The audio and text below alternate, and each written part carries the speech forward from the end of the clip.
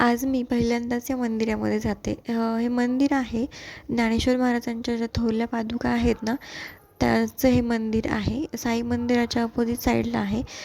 देहू-दिघी साईडला जे राहायला आहेत ना, त्यांना हे मंदिर नक्कीच माहीत असेल. खरंच खूप छान मंदिर आहे हे पण.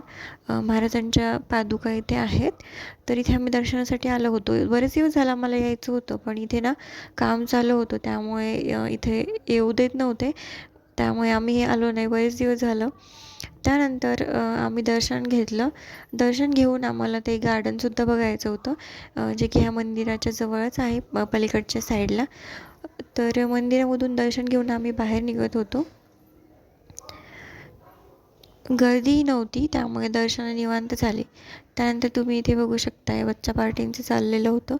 तिथं काही चित्र वगैरे लावलेले होते, म्हणजे पालखी सोहळाचं एक सीन केलेला होता, म्हणजे फोटोज वगैरे काढू शकतो. त्या गार्डनमध्ये हा पार्ट आहे. तर खूप छान केलेलं आहे खरंच. फोटोशूट वगैरे तुम्ही इथे करू शकता.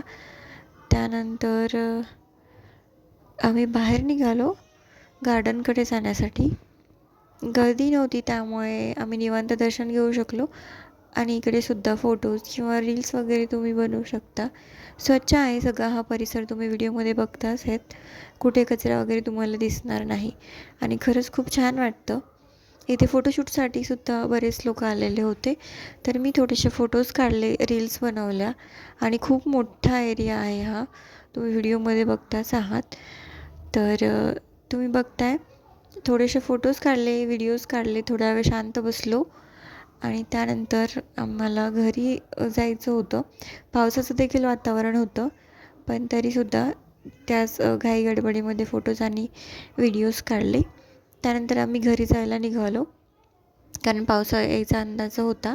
व्हिडिओ आवडला तर व्हिडिओला लाईक आणि चॅनलला सबस्क्राईब नक्की करा. Thank you for watching. That's it for today. See you in next vlog.